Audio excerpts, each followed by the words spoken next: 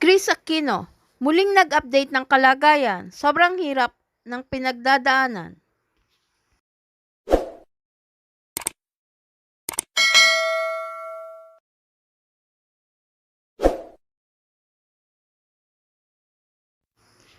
Sa isang throwback video na ipinost sa social media ng isang fan page si Chris Aquino, sinabi dito na babalik na si Chris na malakas at magaling na. Na-miss na siya ng kanyang mga fans at lagi siyang ipinagdarasal. Our Queen will be back very soon, stronger and better. We miss you at Chris Aquino, always. For now, kasama mo kaming manalangin para sa iyong mabilis at agarang kagalingan. Mahal ka namin palagi. Sa comment section na naturang post, sumagot si Chris ng aniyay kanyang katotohanan. Nagpasalamat si Chris sa walang sawang pagmamahal at katapatan sa paglipas ng mga taon. Inihayag ni Chris na every other Tuesday ay tinuturukan siya at sinadya umano niyang hindi sabihin ko ano ito, sapagkat nahihiya umano siya at may kamahalan ito. Dagdag pa ni Chris na na-realize niya na sobrang blessed siya sapagkat ang kanyang pinagtrabahuhan at pinagharapan ng maraming taon ay nakakatulong sa kanyang pagpapagamot, subalit nababawasan umano ang mana ng dalawa niyang anak. To the people running at Chris Aquino World, this is my truth. First, thank you for your love and loyalty through the years. Every other Tuesday, I get my biological shot. On purpose, I'm not naming the injectable because even in Singapore, it's not even distributed.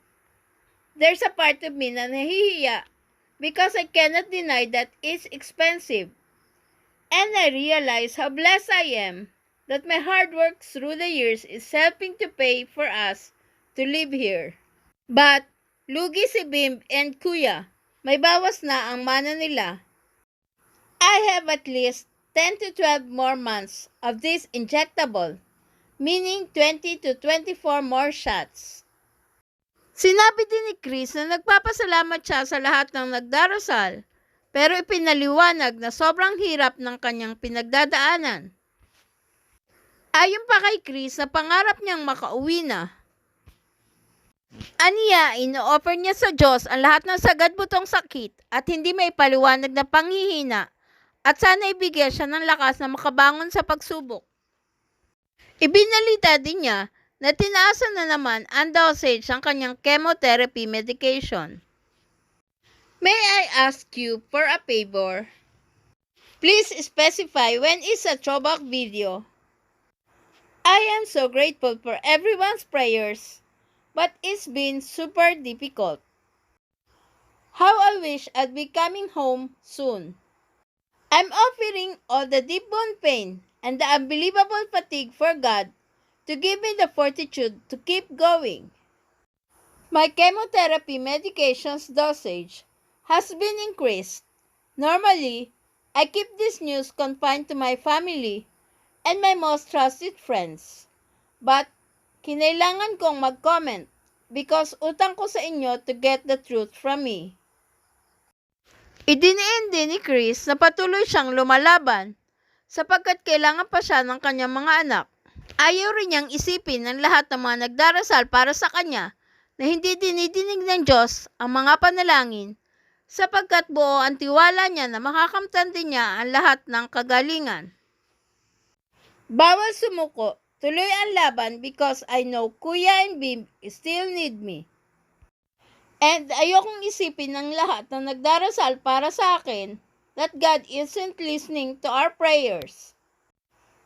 I've learned to trust in God's timing and to believe that what we ask for in prayer, because we have a loving and merciful God, ibibigay niya, kailangan lang buo ang tiwala. Ibinalita din ni Chris na tuwing Biyernes ang kanyang kinatatakutang chemotherapy at tinaasan na rin ang dosage nito. Aniya ay sobra umano ang epekto nito sa kanya sapagkat simula Friday hanggang Monday, ay 5 oras lamang ang tulog niya dahil sa sobrang sakit. Every Friday is my dreaded chemotherapy day. I'm on methotrexate. Last Friday, September 15, my dosage was increased to 12.5 mg. I started with 7.5, then 10, and now 12.5 mg. Medicine affects me in unpredictable ways. From Friday night until Monday morning, my insomnia was so bad.